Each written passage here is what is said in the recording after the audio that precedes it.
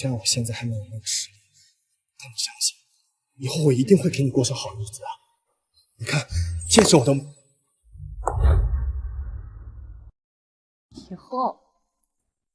以后是多久啊？3年、5年，还是10年啊？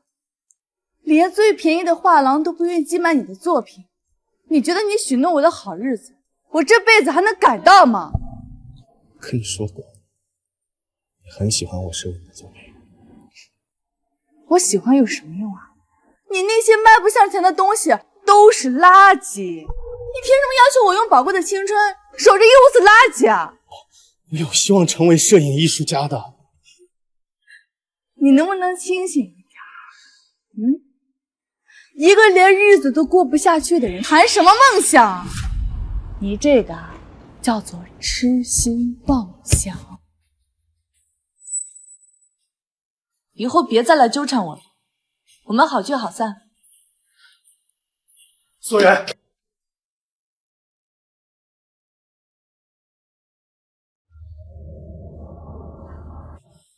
少爷，您是时候就继承家业了。一个连日子都过不下去的人，谈什么梦想？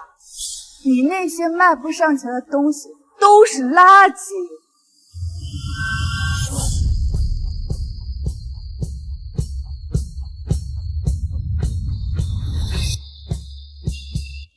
帮我举办一个摄影展，把这幅画标价1块钱。是，名字就叫倩子。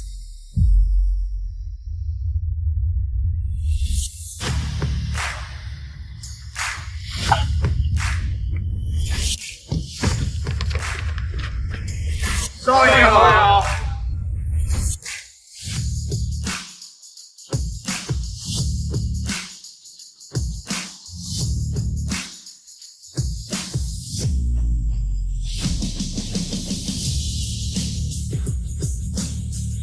宋小姐，这个孩子，你确定要留下来吗？要，我要留下。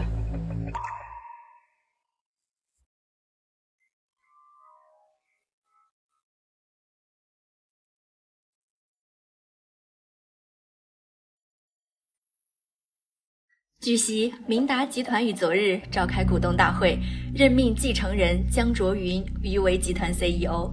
江卓云本人将在本周日举办摄影展，对摄影师的生涯做彻底的告别。沈总，宋媛怀孕了。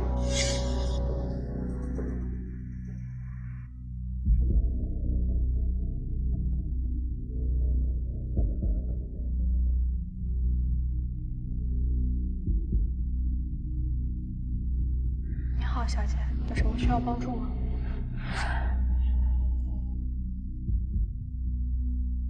我想买下它。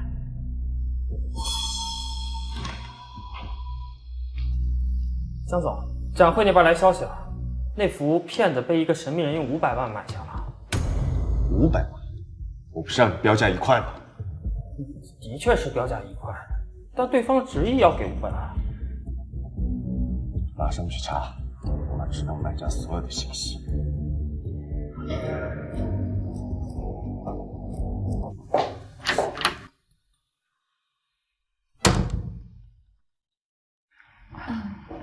妈，你怎么起来了？妈给你冲了一杯红糖水，趁热喝了吧。谢谢妈。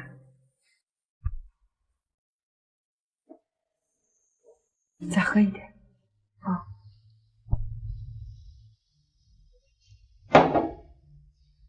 跪下。哎，怎么了？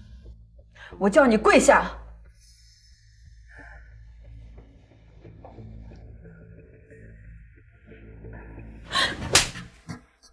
你还记得我和你爸爸是怎么教你的？没想到你竟然为了钱出卖自己，你还怀了孩子。我都知道了，是我没有教好你，我愧对你死去的爸爸。既然我不能阻止你犯错，那就让我帮你及时止损，弥途知返。妈，你什么意思啊？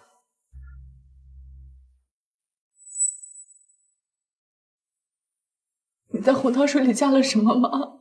那根本不是红糖水，那是堕胎药。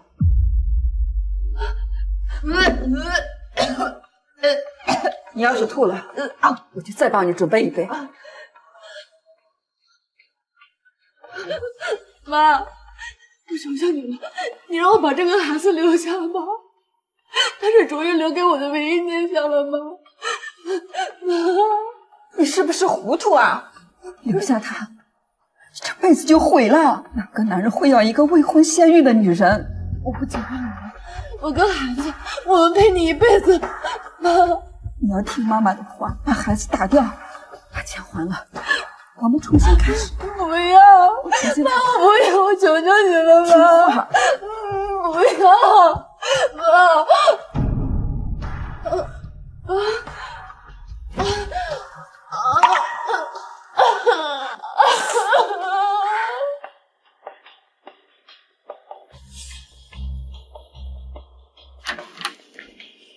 江总，买骗子的人找到了。什么？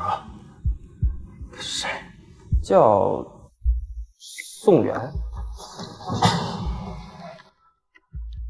怎么会是他？他现在在哪儿？人在江州人民医院妇产科，我查到了他今天预约了人流手术。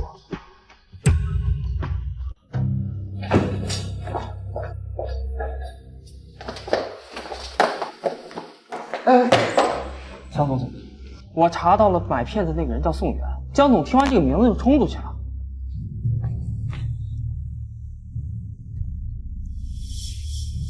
沈总，宋元私自买下了少爷那副骗子，现在少爷已经追出去了。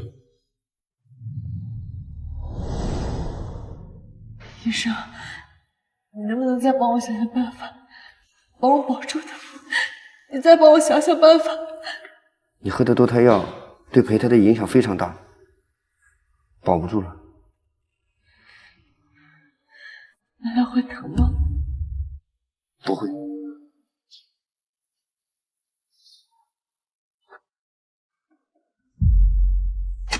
江周月，对不起，是我没用，没能留住我们的孩子。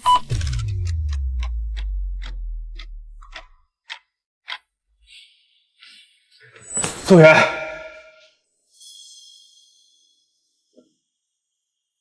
你是他家属吧？他刚做完流产手术，这张单子上的注意事项你得仔细阅读，得好好照料他的小月子。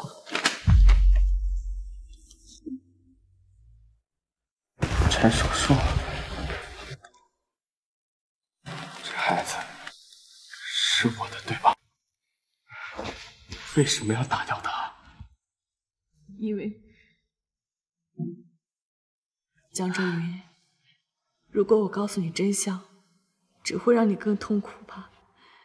你已经回到了江家，我不该跟你再有任何牵扯，因为我不想将来跟别的男人结婚的时候带着个拖油瓶。你说谎！我为什么要说谎？你该不会以为我还爱着你吧？你如果不爱我，你为什么会花钱买那副骗子？卓云，妈妈告诉你为什么。宋小姐，我们又见面了。你母亲身体还好吧？啊，你认识宋元？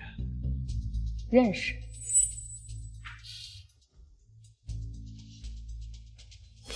江周云，事到如今，我也跟你摊牌吧。其实我早就知道你是明达集团的继承人，江州首富的嫡子。什么意思？什么意思？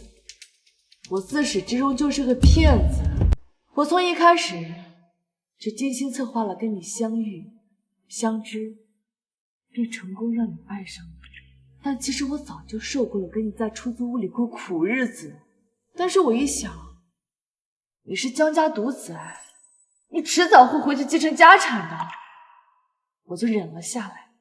但是这一切让你妈妈发现了。他给了我1000万让我离开你，于是我想了想，1000万跟你，我肯定选择1000万。不可能！如果你是骗子，不会花500万买那幅画，一定还是爱我的，对吗？醒醒吧，我的大少爷！我一个爱财如命的骗子，你觉得我会花了500万去买你的作品？那幅作品是我帮你妈买的。就算你是个骗子，就算这一切是你精心策划、精心安排的，可我们在一起那么久，你有没有一点喜欢过我？哪怕一点点？有啊，当然有啊，我肯定是喜欢你的。但是我喜欢的是你的家产，是你的钱，不是你这个人。我今天但凡有一点喜欢你这个人，我都不会打掉这个孩子，懂吗？你个骗子！我恨你！我恨你！我恨你！江少云，我们本来就不是一个世界的人，你就忘了我这个骗子吧，回到你原本就璀璨的人生。沈总，你终于来了。宋小姐是聪明人，你在卓云面前的回答，我很满意。你用我妈妈来威胁我，我敢不让你满意吗？这不都是你自找的吗？谁让你自作主张买下卓云的作品，还让他查出来买主是谁？甚至你还想生下和卓云的孩子。宋小姐，这个孩子你确定要留下来吗？要，不要留下。好吗？是你买通了医生，然后告诉我妈妈我怀孕的事情。我做事情向来喜欢万无一失。那是江卓云的血脉，能给卓云生孩子的女人多的是，但你不配。你就不怕有一天他知道真相之后会记恨你？父母之爱子，则为之计深远。只要他能够顺利的回到江家继承产业，就算是恨我，又有什么关系？这里是600万，500万是你帮我买画的钱，剩下的100万是你今晚的演出费。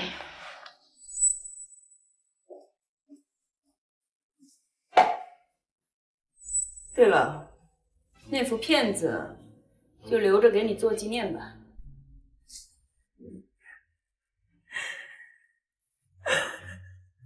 我昨晚梦见你爸爸了，他说我不应该打你那一巴掌。圆圆，你会怪妈妈吗？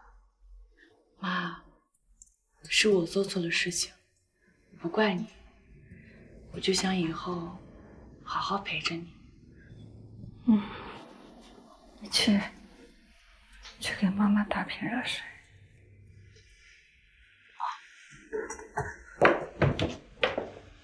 那你等我回来。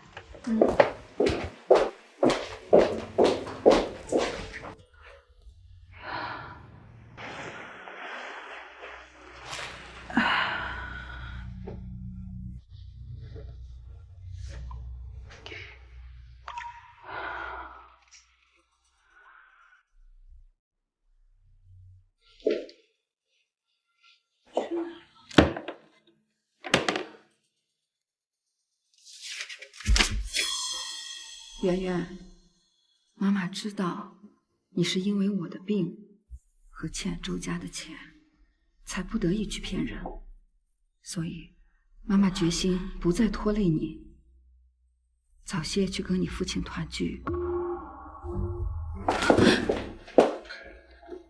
圆圆，人都会死，所以你不必伤心，把钱还回去吧，重新开始你的人生。妈妈永远祝福你。有人看到我吗？没有。有人跳楼了！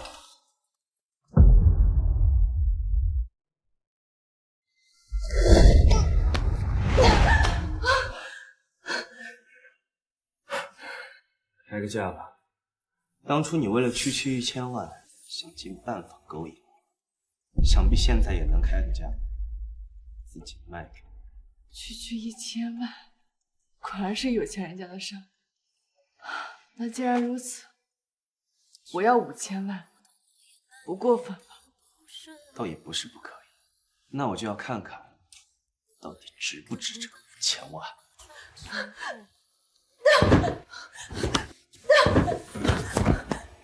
你干什么？装什么清纯啊？当初上了你时可没那么矫情。就是个疯子。那也是被你这个骗子逼疯的。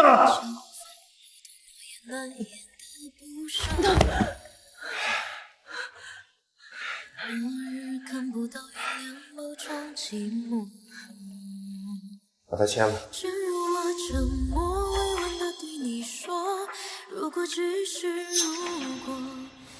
你要跟我结婚？我只是用一个合法的手段把你留在我身边罢了，不然我要怎么跟外人解释你是保姆还是情侣？为了报复了一个骗子，搭上你自己的婚姻，值得吗？明达集团的市值上1000亿，我作为 CEO， 一举一动都在媒体的监视下。要是哪天因为一个骗子，明达集团推上风口浪尖，那才是最大的损失。人真够狠的。人也只能3年成。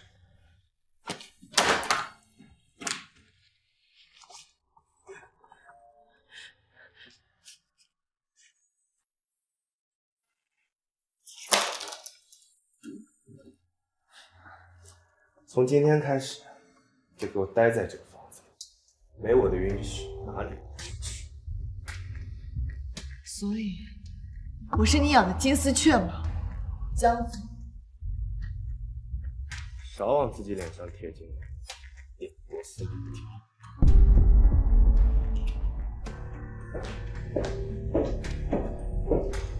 或许，这就是上天对我的惩罚吧。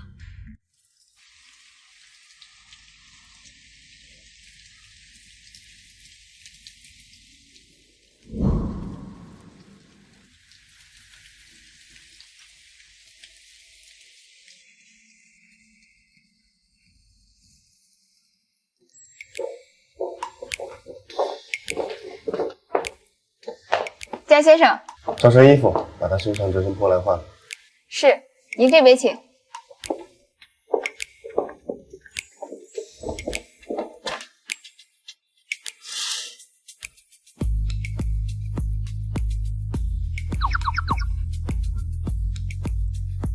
换。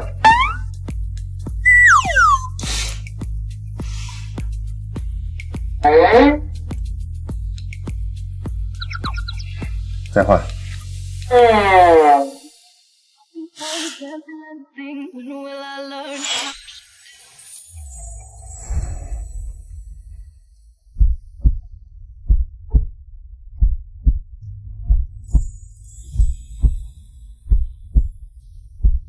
江先生，您看这套怎么样？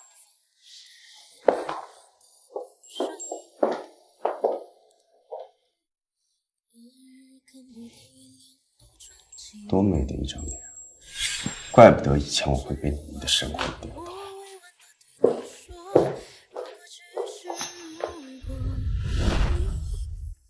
江总，你带我来这儿做什么？闭嘴！不该你问的话别问。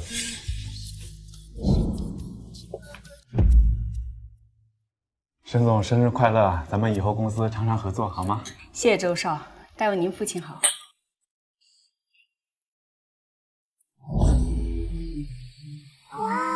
江少身边的女人是谁呀？不知道是哪家千金，挺不错的。哎，我听说江行云不喜欢你看，身边的狗都是公的。我看这传闻啊。妈，生日快乐！谢谢儿子。还不赶紧打个招呼？沈总，生日交错了。卓云，不要胡闹，来者是客。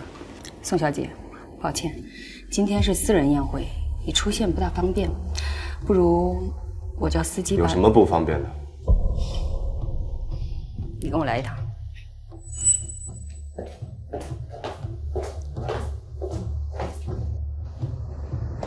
乖乖在这等我。如果你敢跑的话，就把你腿打断。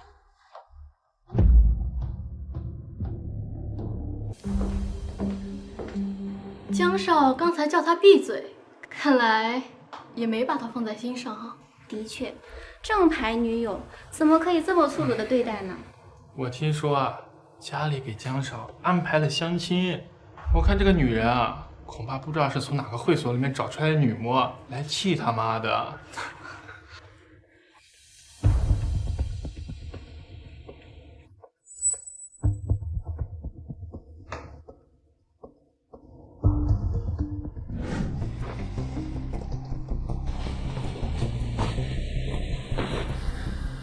卓云，妈妈给你安排了那么多大家闺秀、名门千金去相亲，哪个不比宋小姐好？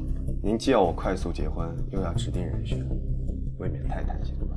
妈妈这是在为你好，怎么叫贪心呢？您大可不必在我面前扮演慈母。卓云，我看你是根本就没有忘掉宋元吧？我怎么可能在这个骗子面前？那既然如此，你怎么还跟他纠缠不清？你觉得我是什么宽宏大量、不计前嫌的人吗？别忘了，2年前要不是你帮他逃跑，他到现在都不可能安稳无事。婚姻大事不可儿戏。您只不过是想让我找个人结婚，传承家业，这个人是谁都没关系，不是吗？是，谁都可以，但唯独他不行。您如果执意认为不行的话，让我明天就去离婚。你们已经领证了，来参加您的生日，得名正言顺。不过我江卓云这辈子只结这一次婚，要不要接受，您最好想清楚再告诉我。嗨，美女，哪个厂子的？加个微信吧，到时候我去给你捧场。哎，别走啊！这位先生，请你自重。能把江卓云迷得神魂颠倒，说明你伺候人的本事还不错。我给你加点，揍揍我。滚！急什么？我不介意你被江卓云玩过，那是你的荣幸。女人嘛，关了灯都是荡妇。操！给你脸了！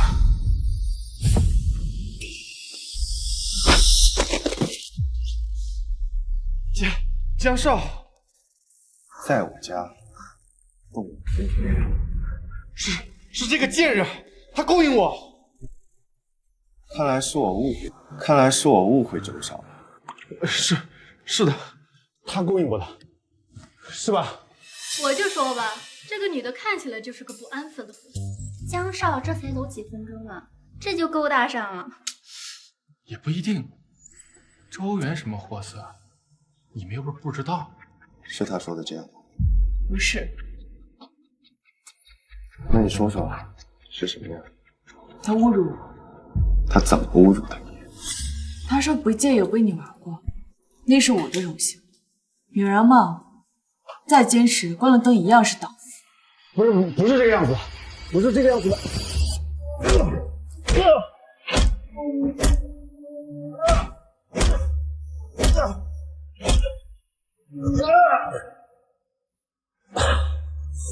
江卓云，把我打成这样，我父亲不会放过你的。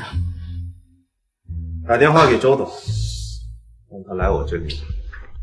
我倒是想看看你爸怎么饶不掉。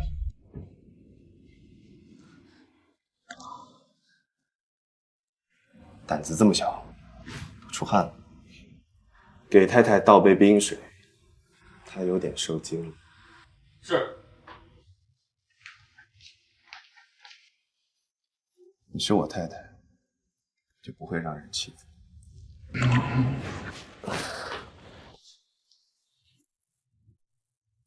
江总，对不起，我这逆子无意冒犯了江太太，还请江总无意冒犯啊不，故意冒犯，还请江总给个面子。你让我给你面子？逆子，我赶紧和江总、江太太道歉，让他们原谅你。江总，对不起，我不知道她是林太太，对不起，对不起，对不起，对不起。林太太，你怎么看？先送医院吧。既然我太太发话了，那就先送医院吧。至于后续的医疗费，开完发票找我助理报销。你不是跟我说你已经安排好了一切，宋元他在江城活不下去吗？那为什么卓云还是找到他了？抱歉，沈总，是我的失误。星云，你太让我失望了。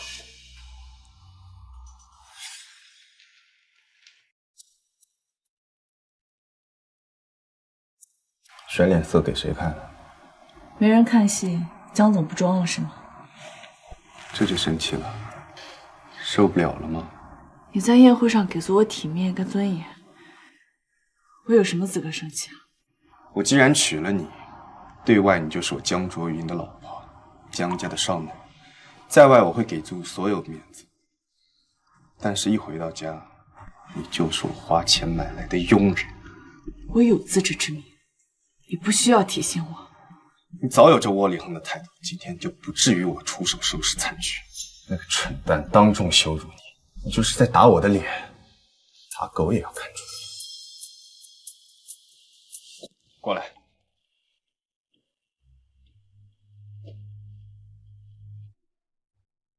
婚礼没有，但戒指得有，以免哪个不长眼的蠢蛋又打了我的脸。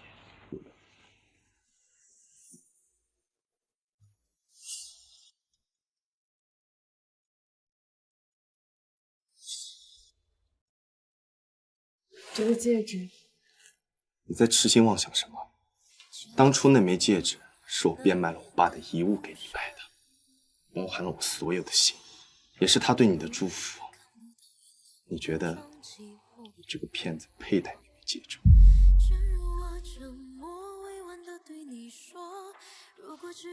别在我面前装的可怜兮兮的，我可比我妈大方多了，给了你5000万，你应该感恩戴德，给我笑。笑！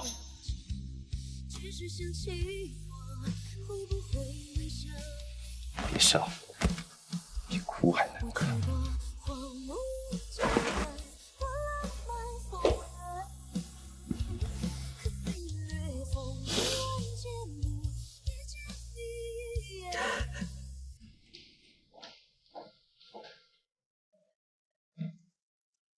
江总，青山别墅已经安排好了。我们的人24小时待命，绝对保护宋小姐安全。叫她什么？宋小姐。抱歉啊，江总，是太太。江总，结婚证属于您个人重要文件，要不你自己拿着？不是什么重要东西，放那儿。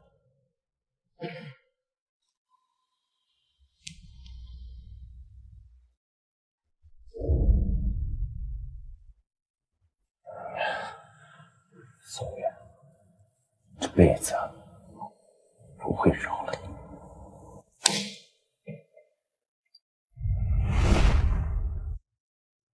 那个女人最近在干什么？太太除了上班，平日里就在青山别墅待着。上班？是的，太太在陆总的星源娱乐上班。什么职位？说是艺人助理，实际上……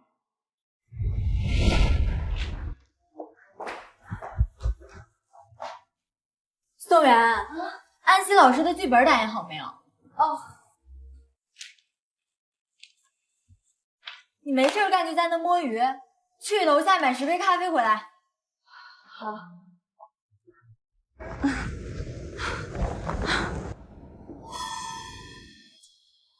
江总，太太这2年找工作屡屡碰壁，就算是名牌大学毕业，没有公司用他，就仿佛被人封杀了一样。所以太太只能找些杂活勉强维持生计。是他活该。帮我查一下，是谁在背后谋杀他。是。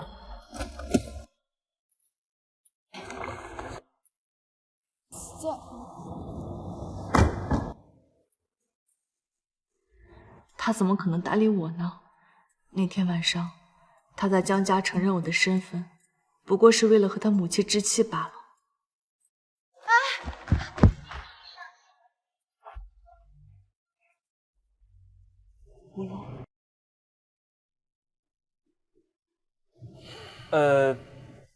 太太，我来帮您拎吧。不用，我自己可以的。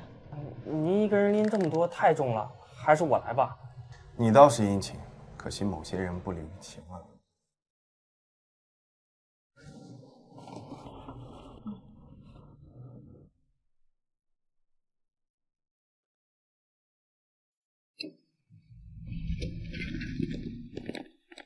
江总，我把太太送上去，再下来找您啊。你给我吧，我自己拎上去就行。不用了，太太，我要不给你送到地儿，明儿江总就让我去中东挖地雷了。他怎么可能啊？非常可能。薛先生，谢谢你帮我送咖啡回来。薛少，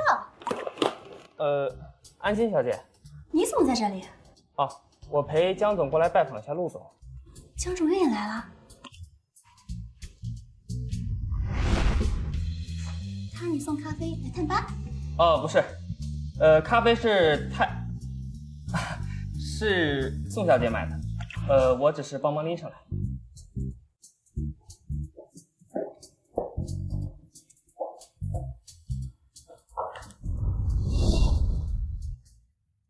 哎呀，我前段时间啊在南法度假，没赶上阿姨的生日宴，你帮我把这礼物带给她呗。嗯。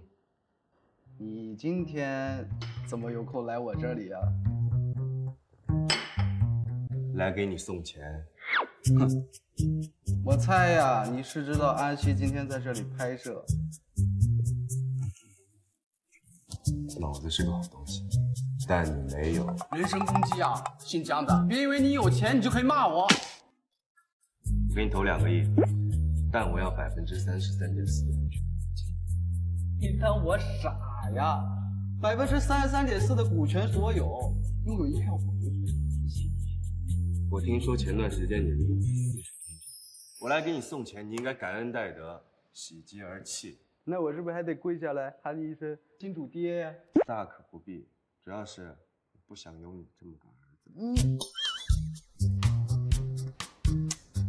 对，据我所知，你跟这安西也就几面之缘，这么快就一掷千金，博红颜一笑了？什么瓜都吃，只会害了你。开玩笑。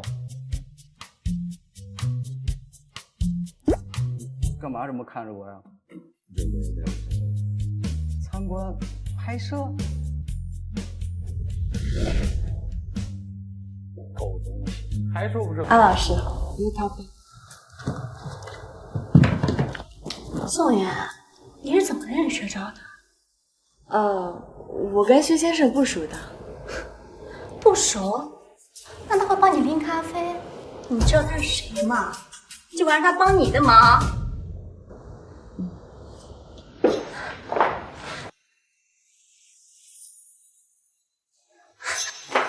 江周云，你怎么来了？探班。我说呢，学长怎么会来？原来是你来看我了。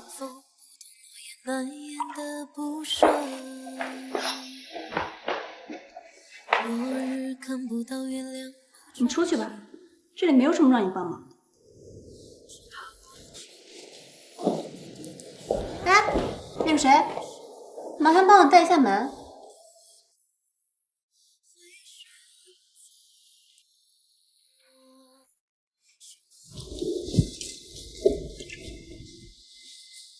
你坐那边去。我有。你每次都这样，和我见面又不许我碰你。闭嘴。话太多了。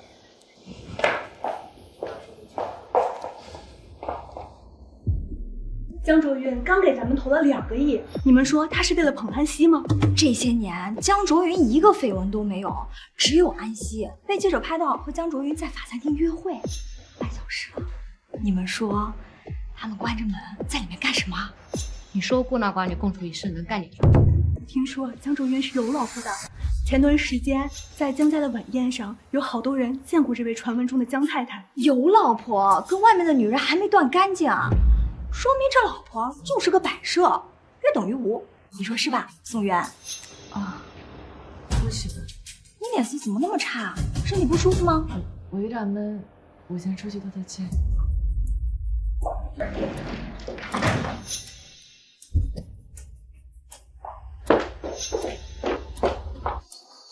你说孤男寡女共处一室能干点啥？有老婆，跟外面的女人还没断干净，说明这老婆就是个摆设，约等于无。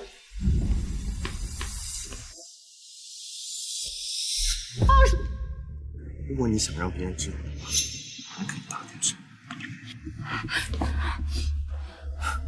哭什么？没哭。还嘴硬。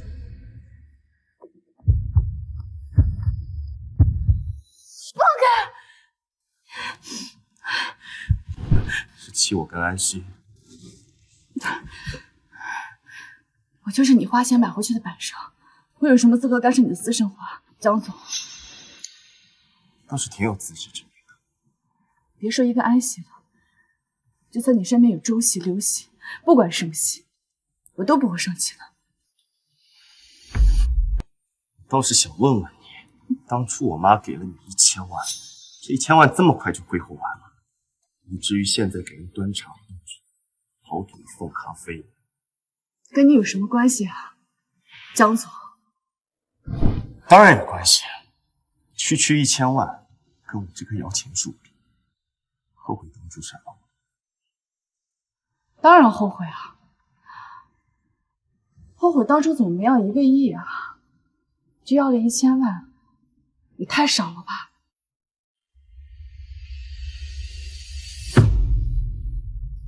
真想把你的心挖出来，看看是什么颜色。我就是个骗子，没有心。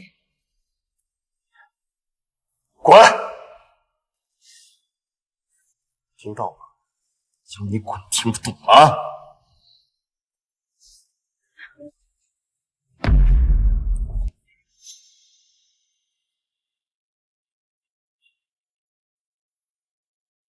江卓云，你的外套忘了拿。脏了，有点。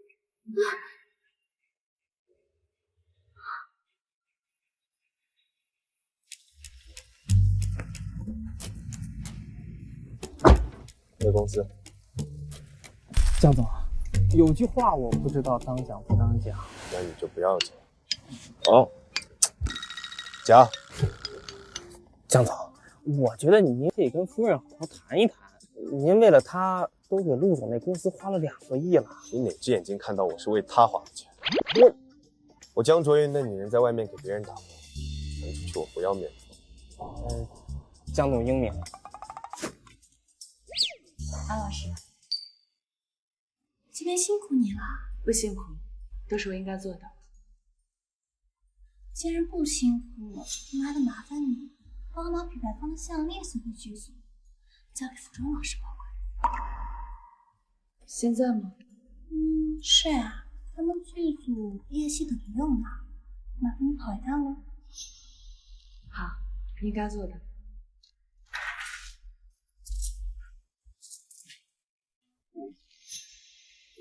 姐，服装老师不是说今天他们不出工，项链可以明天送回去吗？是啊，但我就是故意的呀。从公司到剧组单程2个小时，而且天气预报说今天会有暴雨。你既然这么好心，要不你去替他送？我就这样啊。那个，陆总。啊，小宋啊，这么早就下班了？啊，不是，我是帮安小姐送项链到剧组里。啊，去吧。好好努力工作才能升职加薪。那些到点下班的都是咸鱼，知道不？我知道了，刘总。是吧？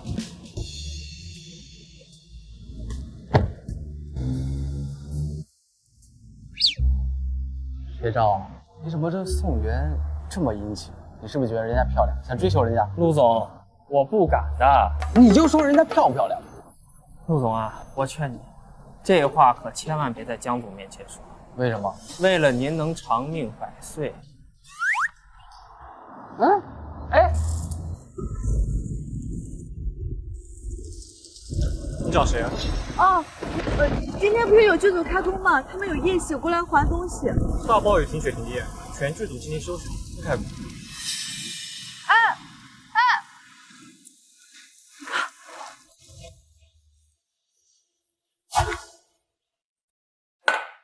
喝一个。不喝你来会所干什么？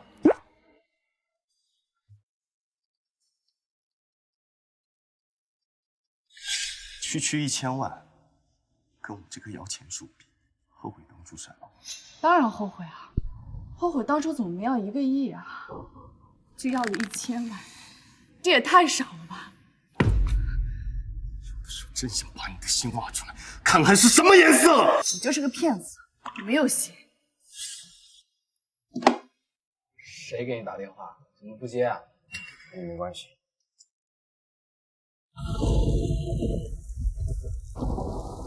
哎呀，没电了。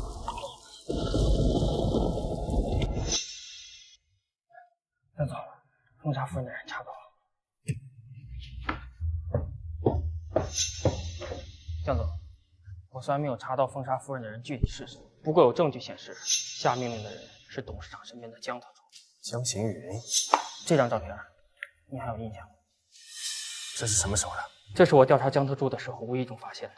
您离家出走后，江行云一直在暗中监视您的一举一动。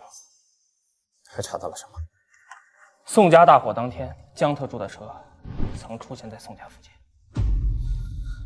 宋家大火2个月后，太太曾去瑞丰银行兑换过一张1000万的支票，这些钱太太用来还了母亲的医药费，用来赔了周边邻居300万。但这些事情都发生在认识您之前。江总，有句话我不知道该说不该说。你的意思是，宋妍虽然是骗子，但他是被我妈设计陷害推入深渊，然后再给他一个交易的机会，把他安排在我身边的。董事长的计划天衣无缝，但他唯独漏算了一点，那就是太太真的会爱上你，所以太太用剩下的500万买了您那副骗子，这才让您找到医院去。但是我还是慢了一步。董事长早就买通了医生，向宋太太泄露了太太怀孕还有医药费的来源，所以宋太太这才下药导致胎儿流产。等我们到医院的时候，一切都已经晚了。董事长用宋太太的安危做威胁，这才迫使夫人跟您说了那些违心的话。你个骗子！我恨你！我恨你！我恨你！江少云，我们本来就不是一个世界的人，你就忘了我这个骗子吧。学长。是我害了他。您好，您拨叫的用户暂时无法接通。您好，您拨叫的用户暂时……他现在人在哪儿？太太去给剧组送东西了。现在？啊？你这么能耐，怎么不明确告诉我？啊？江总，哎，江总，哎，江老总怎么这么着急？干嘛去？陆总，您认不认识卖墓地的可以打成吗？卖墓地的，这么年轻就要操办后事了？是的，或许你也需要。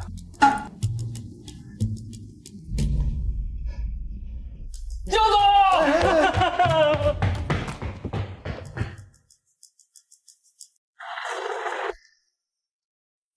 所以我是你养的金丝雀吗，江总？少往自己脸上贴金，顶多3条狗。我既然娶了你，对外你就受江卓云的笼络，江家的少奶在外我会给足所有的面子，但是一回到家，就是我花钱买来的佣人。别在我面前装的可怜兮兮的，我可比我妈大方多了，给了你5000万，你应该感恩戴德，给我笑笑。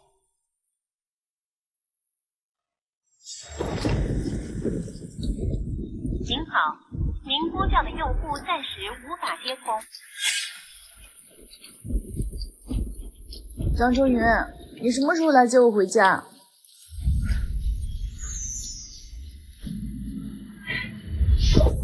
张周云，你终于来接我回家了。我说过，不管你在哪里，我都能找你。你要把自己弄得这么失败。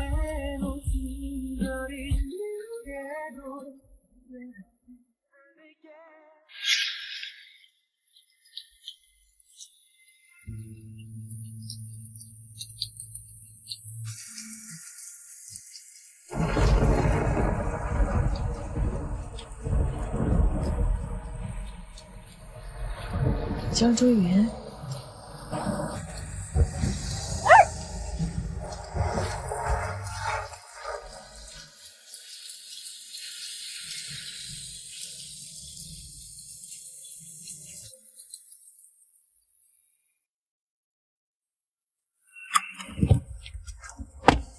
江总，谢谢你今天来接我回来。故意的是吧？啊？什么？单程2个小时的路，你就不知道让司机多等你一会儿，拉你回江城啊？那个师傅他接了新的订单，就着急走了。那你就不知道打电话叫人来接你吗？我打了，但是还没打通就关机了。打给谁了？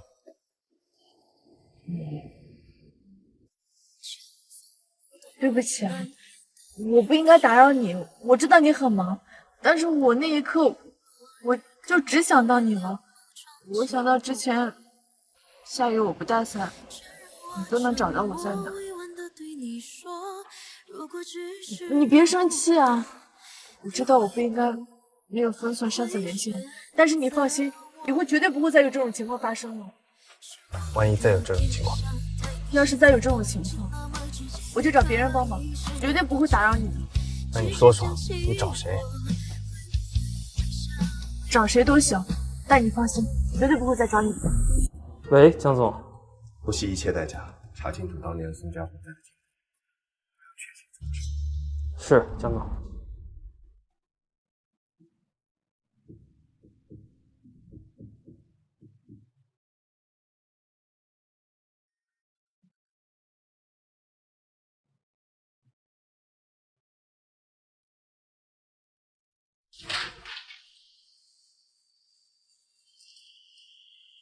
梦圆，项链昨晚送回去做。安老师，我昨天去剧组的时候，他们说停工了，我是今天早上送过去的。这样呀，那是辛苦你了呢，跑了2趟。不辛苦，工作而已。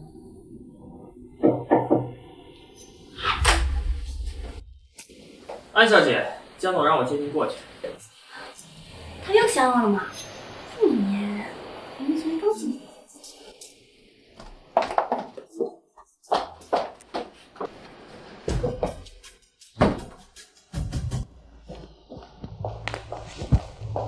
周爷，我来了。江总，人到了。立马从新源消失，这是给你的赔偿。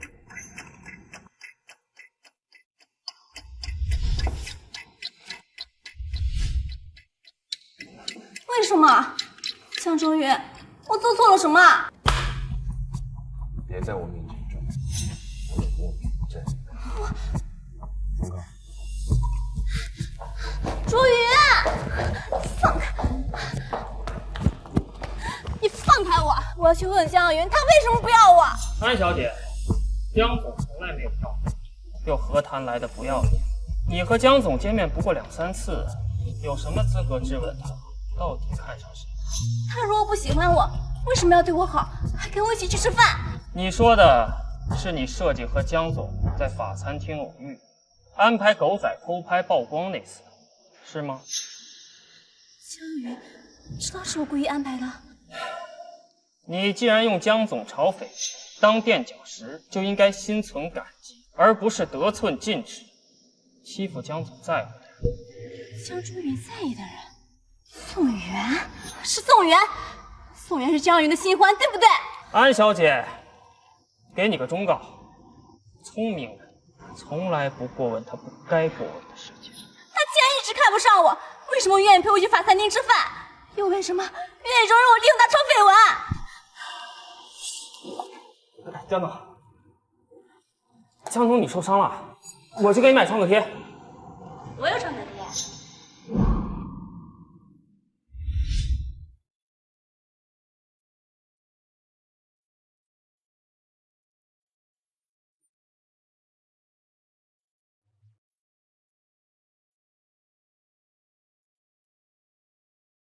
我看看，贴完了没？你怎么这么傻？他们要把你打死的怎么办？那也不能让他们伤害你。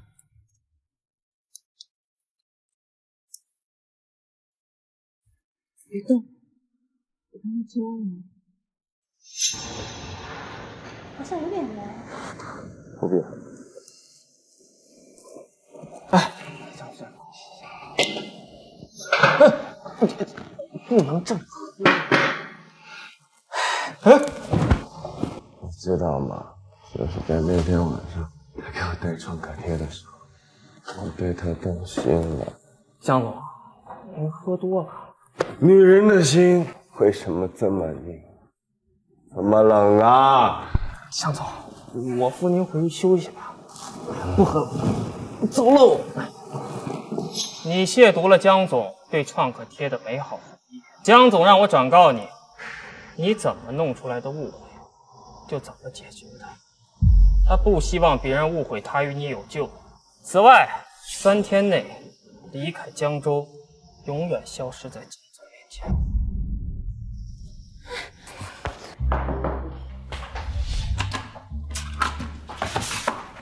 进。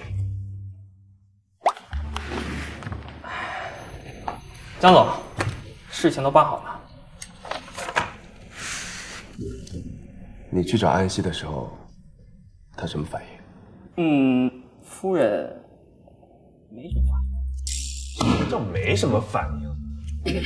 所以，江总，您故意让我当着夫人的面叫安西过来见你，是想让夫人吃醋是吧？滚出去！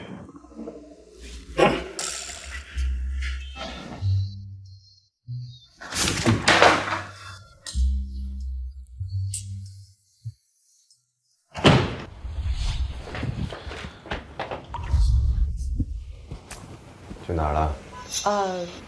我以为你跟安小姐去约会了，今晚不回来了，我就在公司加了会议。你还真是幸福呀，知道自己老公跟别的女人在外面约会，还能没心没肺的在公司加班。我明确我自己的身份，不敢以江太太的此举，更不敢要求你对这段婚姻忠诚。你还挺有自知之明啊！这不是你要求的吗？我去洗澡。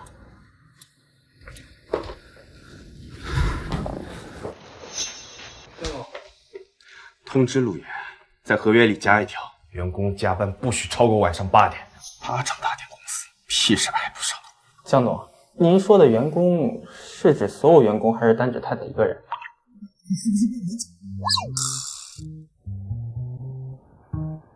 你不是去洗澡了吗？我拿件衣服。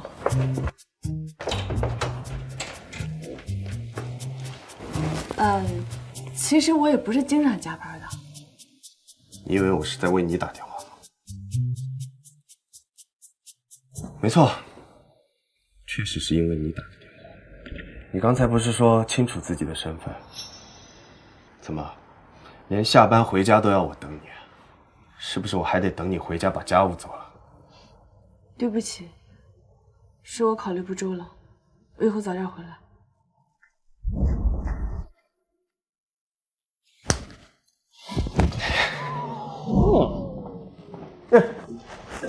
江总早。哦，太太做完早餐就上班去了。她说下班回来就做好晚餐和家务，请您放心。脾气还真是大，一句都说不得。哎，江总，夫人做的早餐不吃了吗？吃饱了。你手里拿的什么？这个吗，江总？这个是太太给我准备的早餐。他对你还挺好的。江总，我错了，我其实已经吃过了，这份我就不吃了。是吗？别人的心意不吃挺浪费的呀。江总，我真错了。你看起来挺委屈的，我欺负你了吗？江总，我不委屈，你也没有欺负我。开车。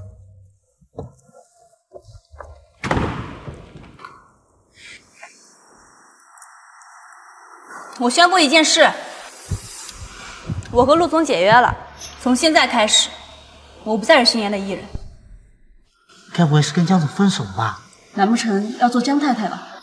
另外，有件事我澄清一下，我和明达总裁江卓云没有任何亲密关系。之前那些绯闻是我为了出名，可以利用他炒作的。也希望大家不要再误解和他的关系。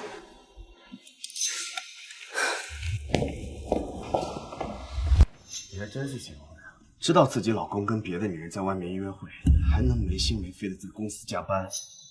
所以是我误会他了，他才那么生气啊。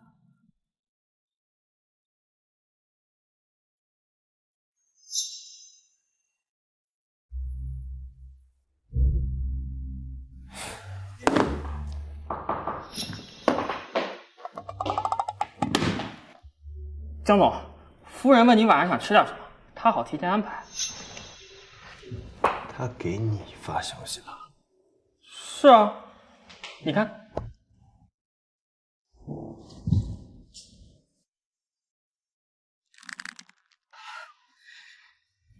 你怎么会有他微信的？江总，您听我解释。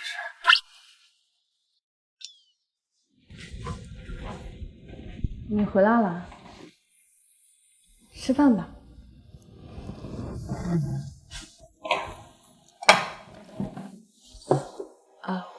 我给学长打电话，他没接，我就按照你之前的口味做了饭，也不知道符不符合你现在的口味。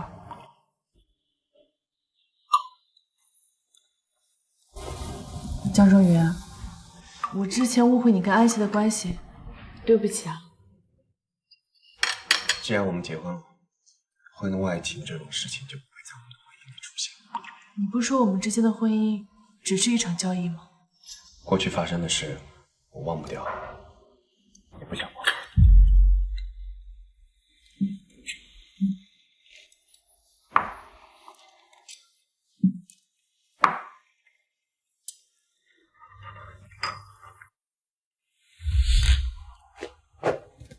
你洗好了，这是干净的睡衣。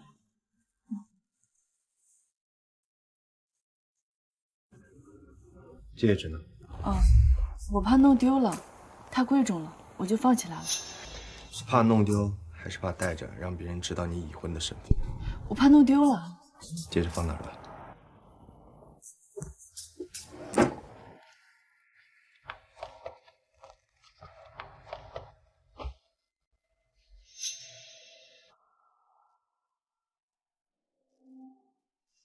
弄丢了就没事了。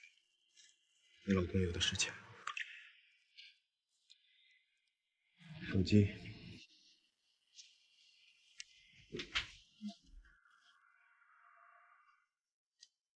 以后有事情可以直接找我，不必绕一圈去找学长。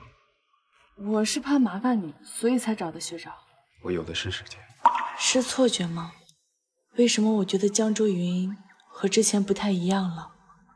我先去洗澡。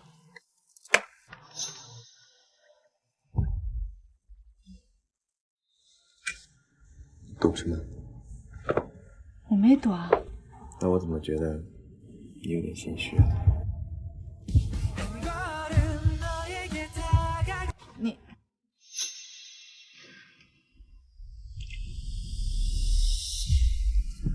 宋源，寄过去，从新开始，好不好？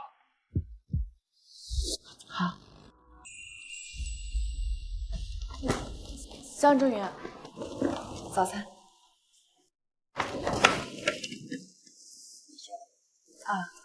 早餐一定要吃，要不然胃疼。知道。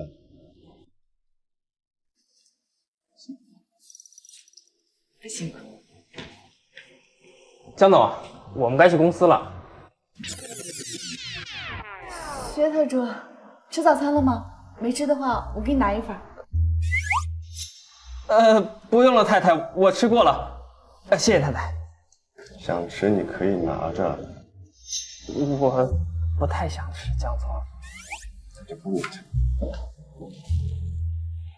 谢谢太太。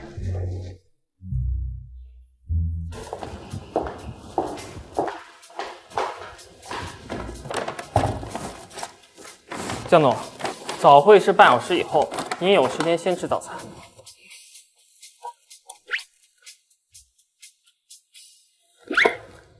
先去开会。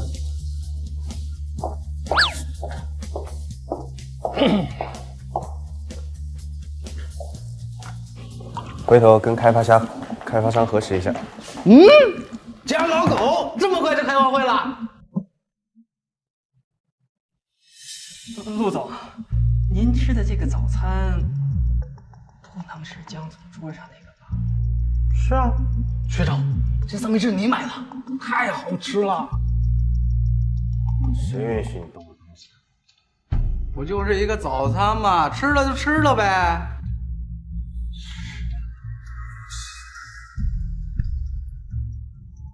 不然你拿我怎么办？对了，那个融资协议你为什么要加一条，说不允许员工加班超过8点？好吗？牛马不加班，我当老板的怎么发财住大别墅啊？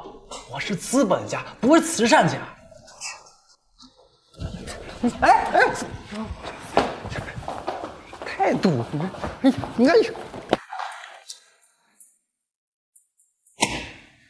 不是，哎，陆总，您要是惜命的话，就少说话。不就一个三明治，它至于吗？至于，因为那不是一个普通的三明治。走。明天还有早餐吗？有啊，你想吃什么？三明治。可以，但是家里没食材了。今天下班我去超市买点。一起去，下班我去接你。好。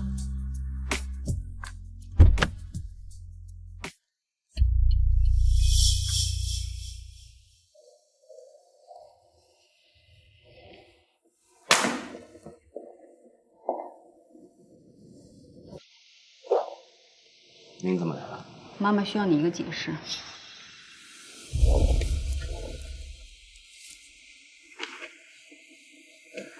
这需要什么解释？一个普通的投资而已。我是不会签字让财务审批的。我走的是我私人的账户，不需要你签字。你是不是疯了？为我老婆花点钱怎么了？老婆？你是不是忘了，他只是个骗子？这个骗子不是你安排的。你知道了。我恨了宋妍整整2年，到现在我才知道，这个可怜虫不过是你手里的一枚棋子。你处心积虑设计陷阱引他上钩，利用完了就狠狠地把他抛弃了，甚至封杀。为了让我回来继承明达，你还真是煞费苦心。可他们母女有什么错？凭什么让他们家破人亡？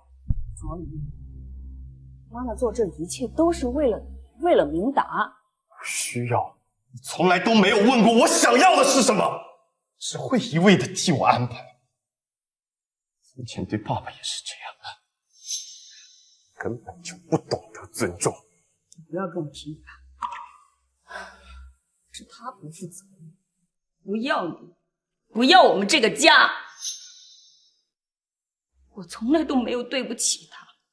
他是被你逼死的，要不是你让他滚，才不会当天晚上连夜离开，导致意外去世。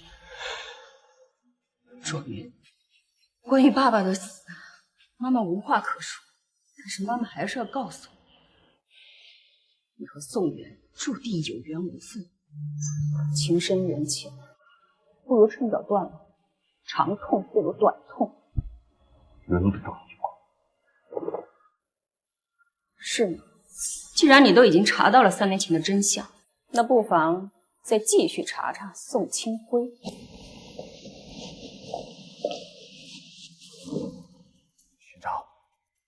学长，查一下宋清辉的死跟我妈有什么关系？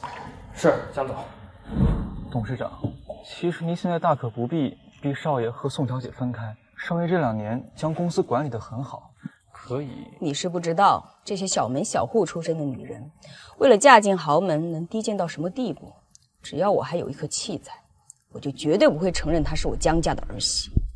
走，去找宋元。现在，卓云已经知道当初宋元离开他是有苦衷的，那他就更不会放手了。既然如此，那就只能我来做这个坏人了。是。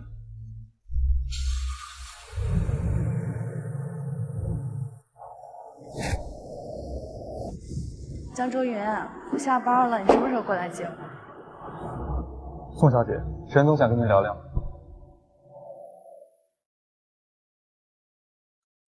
我来接你。宋小姐，我的确是低估了你对卓云的影响力。即便你当初那么伤害他，但他依然对你念念不忘。但即便如此，我依然觉得你配不上我儿子。所以您今天找我来，是想让我跟你儿子离婚吗？开个价吧。那你这次能给到多少？你想要多少？我跟江正云结婚，他给了我5000万。你要想让我跟他离婚，应该比他更有诚意吧？1个亿，够吗？不够。你胃口也未免太大了。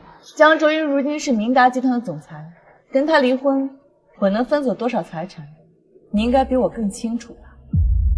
宋小姐，你得罪我，对你没有半点好处。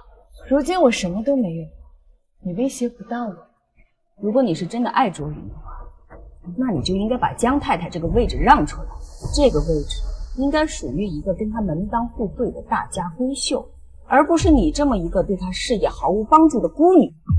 沈总，请不要把你的想法强加到江卓云的身上。江卓云是一个活生生的人，他有他的感情，有他的喜怒哀乐，也有他的选择。你这是在教训我吗？你不需要我教训，但是我最后再说一次，我这辈子都不会离开江卓云，除非他亲口告诉我他不爱我，让我走。你看看这些，如果你到时候还这么笃定的话，那我可以不拆散你。这是什么？你打开就知道了。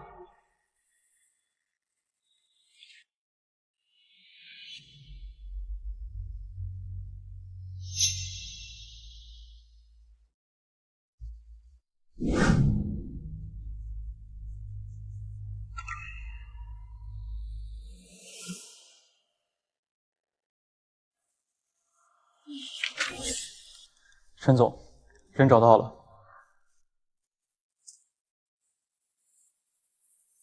这个宋清辉是咱们去年南郊工地上出事故的那个。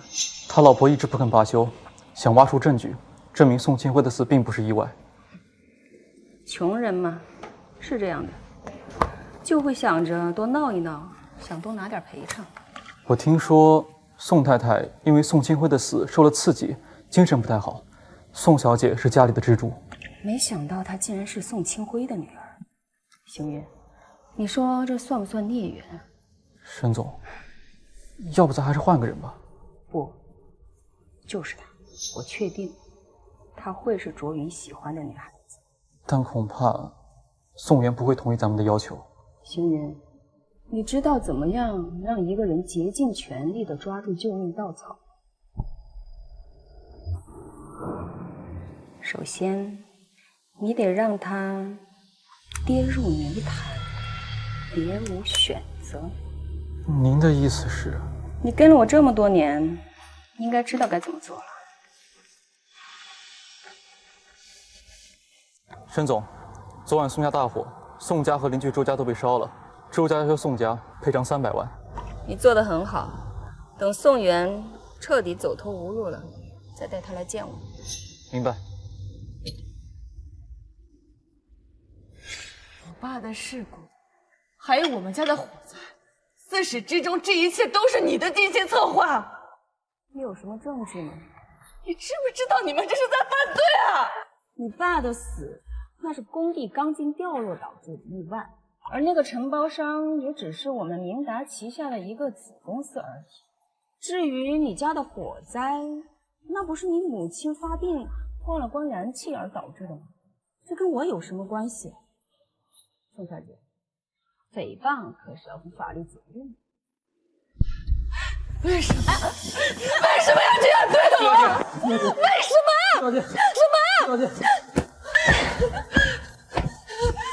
哪有那么多的为什么？你们这些穷人就知道胡闹，以为这样就可以多拿点赔偿。我最后一次警告你，离开我儿子。等等，江卓云，他知道这些。你觉得呢？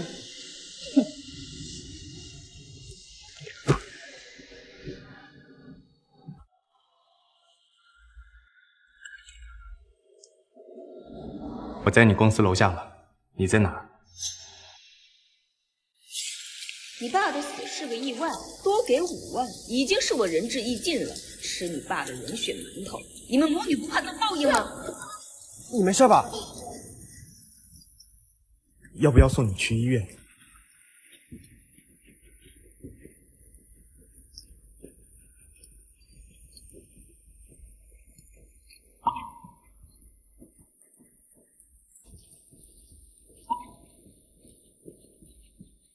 伞给你。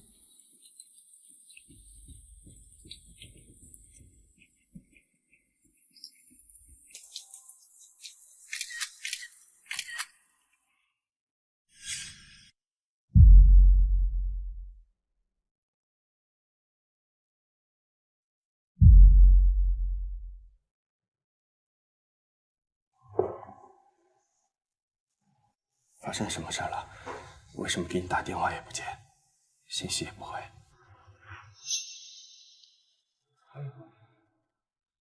圆圆，听我解释，事情不是你想的这样的。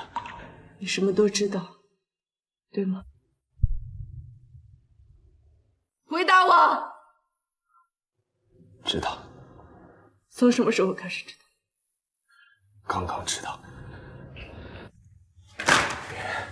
听我解释，事情不是你想的那样的。你们江家竟然难事！我太可笑了！我居然爱上了害死我爸妈凶手的儿子，我太可笑了！我太可笑了！圆圆，你不要这样，你不要这样，圆圆。你们江家在江州城是呼风唤雨，但是江主任，我告诉你，我爸妈的死，我是不会善罢甘休的。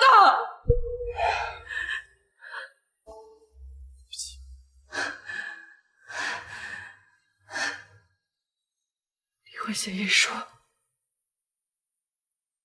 已经都准备好。圆圆，不要离婚好不好？你想要的一切都可以满足你。你根本就不知道我想要什么。只要你想要，都会去做。那我要一份签好字的离婚协议书。我想要坏人得到惩罚。江周云，我是不可能跟仇人的儿子在一起的，你懂吗？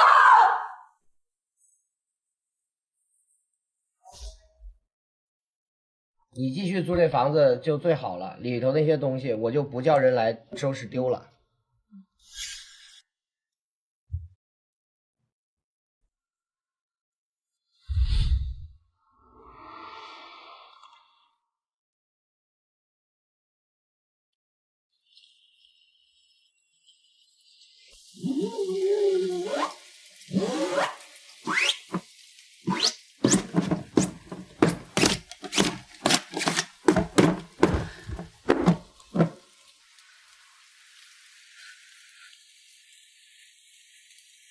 江总，咱回去吧，这也太大了。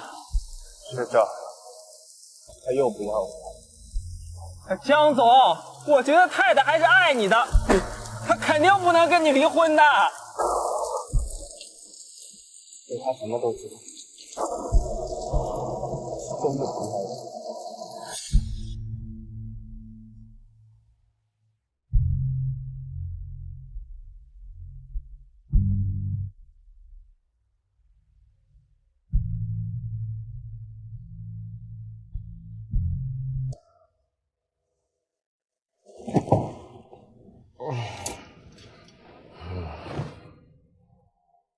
宋元，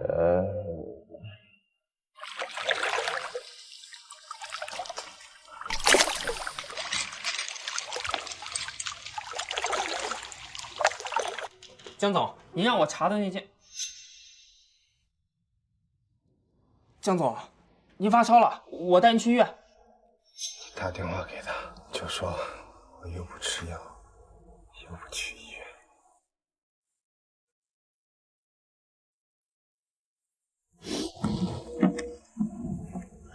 哎，太太，江总发烧了，您回来看一眼吧。发烧就去医院，我又不是医生，治不了病。太太，江总不愿意吃药，也不愿意去医院，他现在烧得迷迷糊糊的，一直喊您的名字，我也是实在没办法了，才给您打的电话。去不了医院就叫家庭医生上门。太太，江总其实挺可怜的，白天他用工作麻痹自己，晚上喝多了就一直喊您的名字。太太，您回来看一眼吧，江总只听您的话。太太把电话挂了，他也太狠心了吧！别怪他，也是我让他伤心了，他才会这样。江总，那我送您去医院。你亲自去找他，我想见到他。是。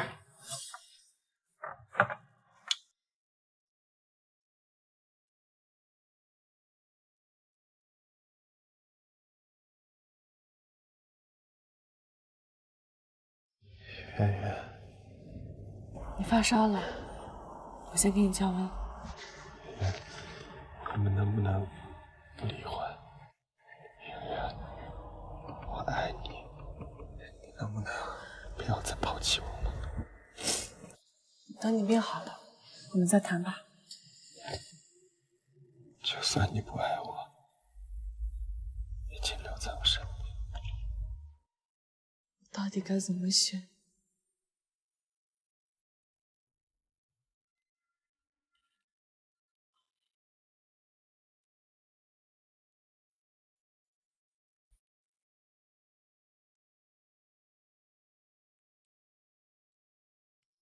江总，董事长来了。知道了。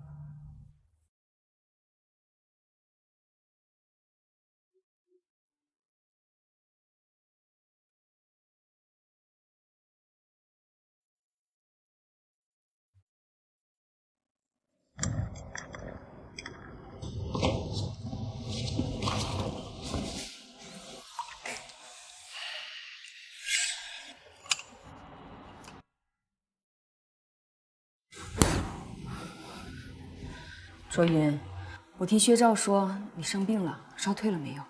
好多了。妈妈还是不放心，还是叫周医生来一趟吧。星云，打电话。妈，够了。妈妈是担心你的身体，妈妈这也是为你好呀。你要是真是为了我好，就不会去找宋元。我说过了，你是明达的继承人，身价1000亿。宋元她一个孤女，配不上你。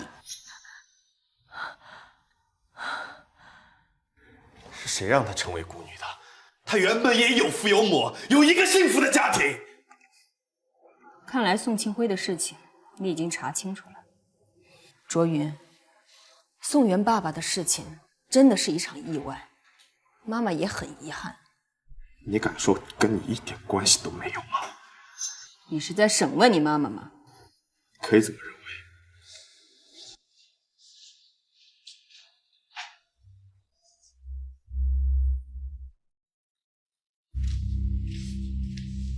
南郊工地的意外，是因为你采用了不合格的钢筋，导致了楼梯坍塌。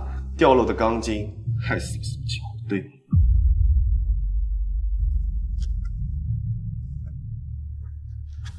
出事之后，你怕因为钢筋材料不合格的原因被查到，从而导致明达集团股价的下跌，所以掩盖了真相。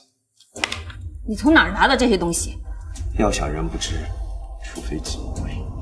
是，我承认，宋清辉的死，我们的确有责任。但是我亏待他们宋家了吗？我给他们赔偿了200万，200万还不够吗？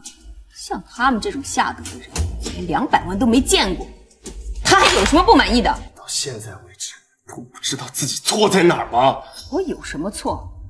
我做这一切都是为了你，为了明达。难道你要我眼睁睁地看着我多年的心血因为一个低贱民工的死而毁于一旦吗？宋庆辉已经死了，为什么还要狠心的去找宋元引他下套，一步一步的把他逼入绝境，他妈害死！是他的母亲自己承受不住压力跳楼自杀的，这跟我有什么关系？我已经给了他们200万了，难道他还嫌不够吗？简直不可理喻！说起来你可能不信，事情就是这么巧。我原本也不知道宋庆辉就是他的父亲，要怪就应该怪你，是你在漫天下雨的街头给了他一把伞。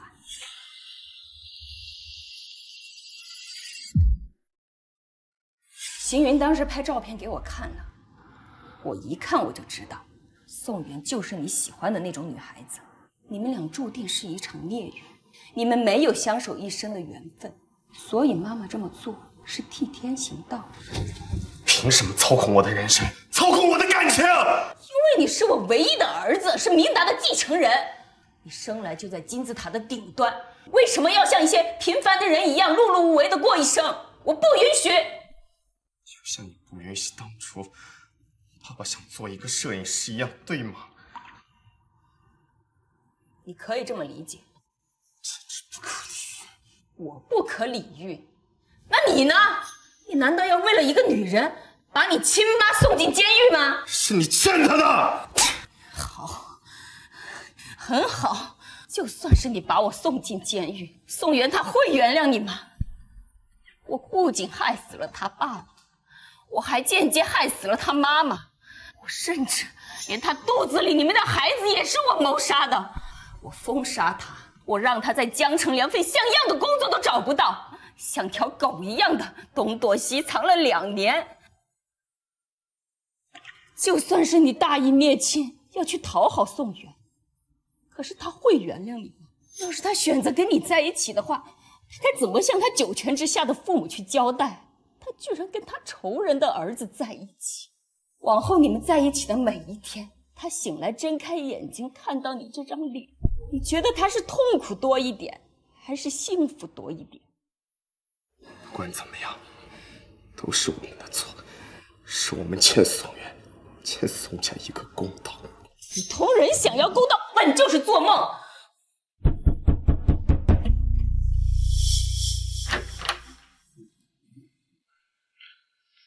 沈梅英、江晴云，你们2个跟我走一趟，配合调查4年前南郊工地上发生的命案和3年前宋家的火灾。你竟然真的报警了！是你捡到的，这是南郊命案相关的资料。我辛苦筹谋了这么多年，为了你，为了我们江家，没想到到头来我却落得这样的下场。我沈梅英这辈子最大的错误就是嫁给你那个废物老爸，生了你这么个不孝的东西。放开我！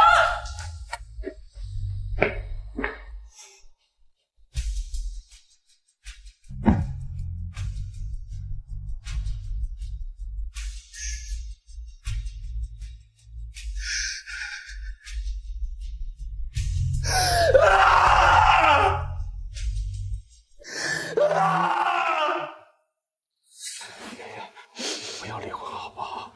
你想要的一切都可以满足你。你根本就不知道我想要什么。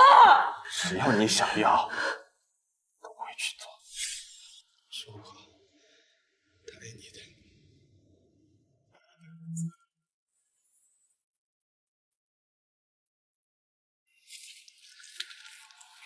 字我已经签好了。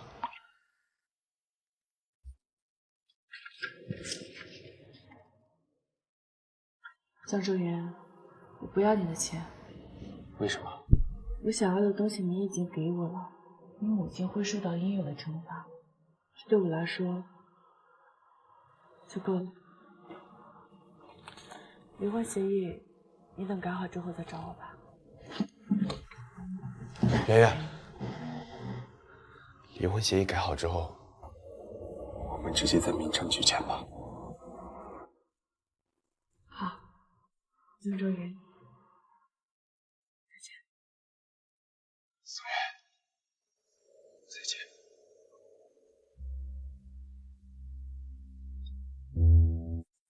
江总，我觉得太太还是爱您的，你也舍不得太太，那您为什么要签那个离婚协议书呢？就算我们再想，也不可能在一起了。我不理解，那明明相爱的两个人为什么不能在一起啊？他居然跟他仇人的儿子在一起，往后你们在一起的每一天，他醒来睁开眼睛看到你这张脸，你觉得他是痛苦多一点，还是幸福多一点？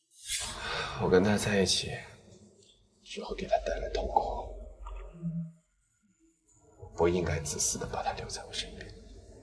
可您还没问过太太的想法呢。有必要问他？当然有必要。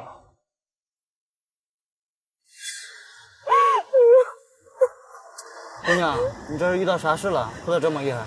没事，我就是丢了一个很重要的东西，再也找不回来了。丢哪了？要不我陪你去找找吧。找不回来了，大哥，找不回来了。只要有心，我们就能够找回来。真的吗？真的，我真的从来不骗人的。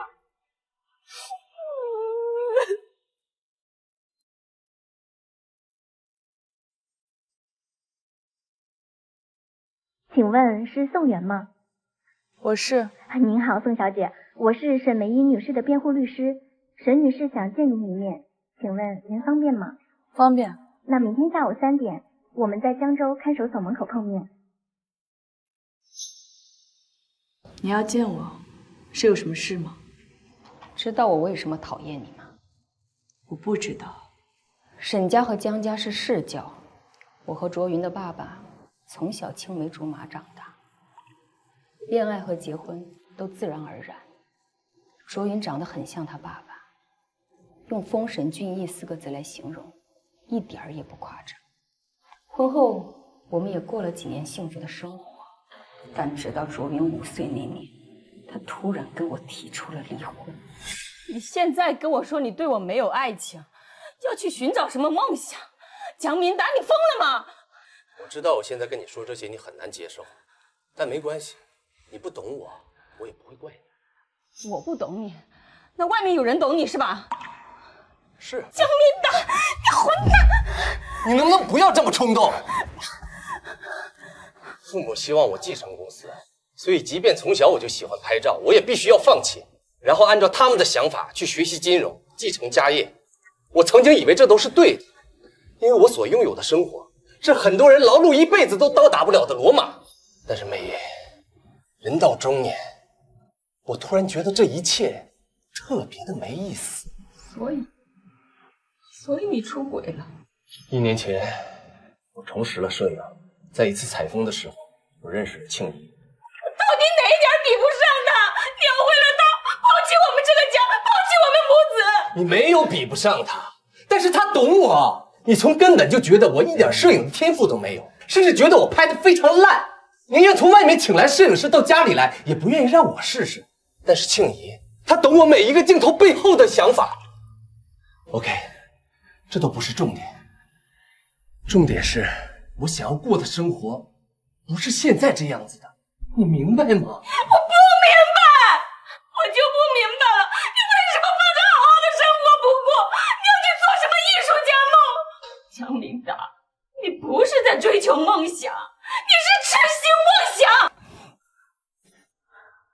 我会精神嘱咐，今晚就搬出去。对不起。你这么迫不及待要走是吧？行，你滚，你滚，你马上滚，滚！好。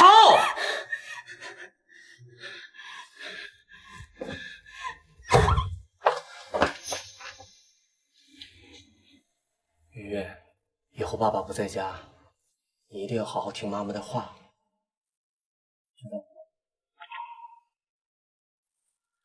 乖。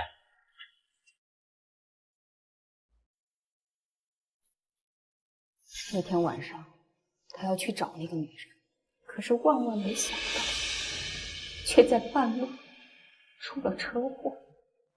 我和卓云赶到医院去见了他最后。从那以后，卓云就记恨上了我。他认为是我害死了他爸，可是他却不知道，是他爸爸抛弃了我们母子，为了去找另外的一个女人，而丢了自己的性命。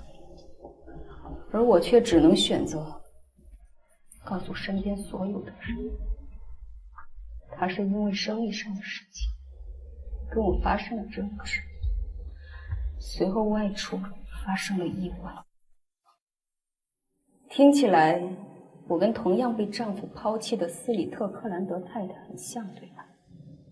但是却恰恰相反，我的丈夫是真的出轨了，而我还不能以此为理由向众人宣告他抛妻弃子，反而还得为他编造一个谎言来替他遮羞。你为什么不把真相告诉江卓云呢？那个时候他还太小，等他长大之后，我也觉得没有必要再告诉他。毕竟我不想破坏父亲在他心目中完美的形象，他需要有这么一个寄托。因为他父亲的前车之鉴，所以你反对他追逐梦想。他生来就是天之骄子，他拥有普通人奋斗10辈子都得不到的生活，为什么要去做那种不入流的艺术家？有什么用？不要用这种眼神看着我，不需要你的怜悯。即便你自己情感受到了伤害，你也不应该剥夺江卓云追求自己人生的权利。这就是我讨厌你的原因。当初我在医院里见过那个叫庆怡的女人，你跟她一样，都长了一双让人讨厌的眼睛。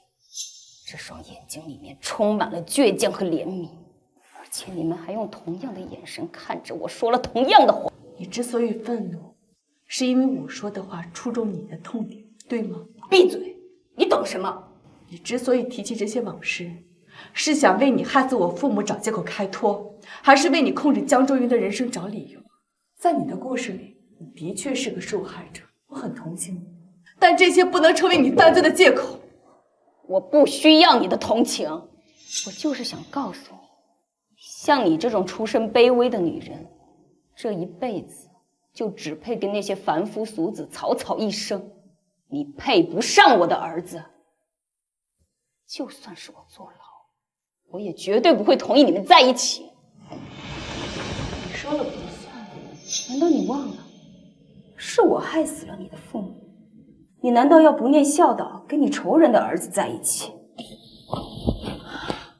其实，在今天来之前，我一直在想，他们是不是在怪我爱上了仇人的儿子？但是就在刚才，忽然就明白了，他们不是在怪我，他们支持我做的任何选择。可笑的借口！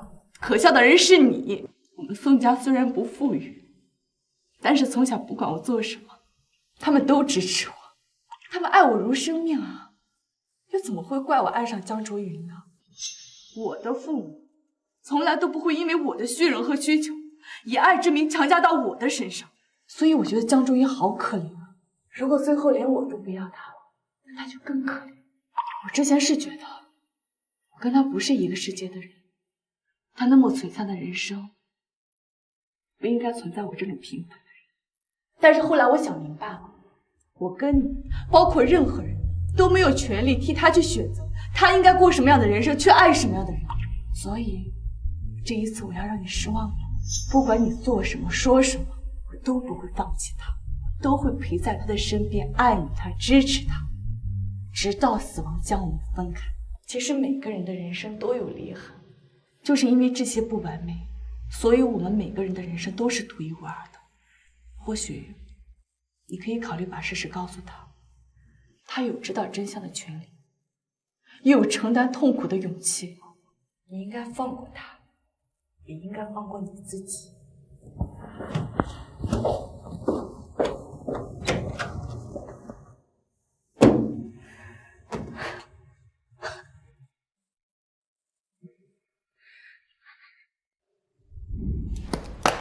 那我就坐等江总的2个亿到账喽。今天晚上100亿桌，全场消费，本公子买单。该你。喂，是宋元家属吗？这里是江州人民医院急诊室。是我。他怎么了？宋元发生车祸在抢救，请你立刻来医院。江老板，怎么？你去哪儿啊？车在哪？停车场。钥匙给我。钥匙给我！你告诉我你去哪儿，我来开。你这样能开车吗？走，走。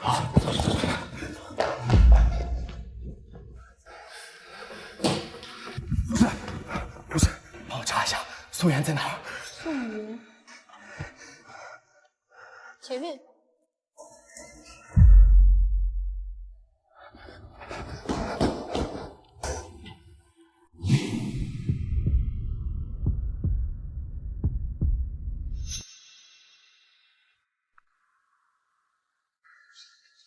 江卓云，你怎么在这儿？没事吧？你受伤了啊？我没事啊。哦，那车撞的是别人。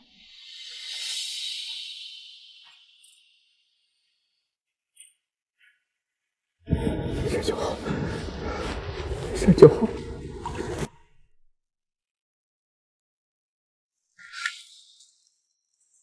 不是，学长，江老狗什么时候和小宋搞到一起了？这事你知道吗？我知道啊。你知道你不告诉我？我早就告诉过您了，不过您好像没太理解。有吗？陆总，您呢先醒一醒，我去看看太太的检查单。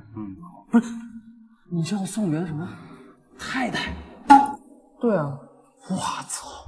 我说他怎么善心大发给我捐2个亿，原来在这儿等着我，这狗东西！哎，学长啊，你帮我想想，我以什么姿势下跪比较容易得到宋元嫂子的原谅？哎，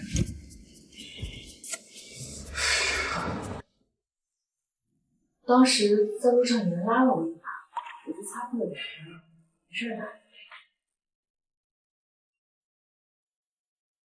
江哲宇，今天你在医院是为了以我死吗？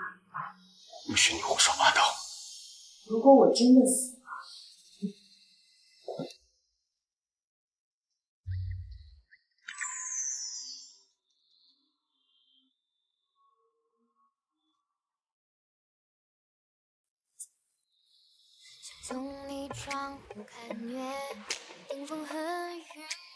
太太说这种话试试。谁让你请我的？咱都离婚了。没理你，还是我。不要理。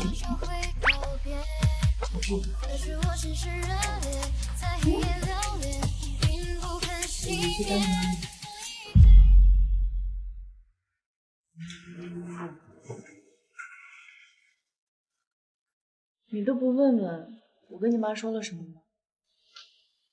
说了什么？我跟你妈说我会尽快跟你离婚，从此老死不相往来。离婚协议我已经叫学长去改了，我改完之后，我没时间。笨蛋！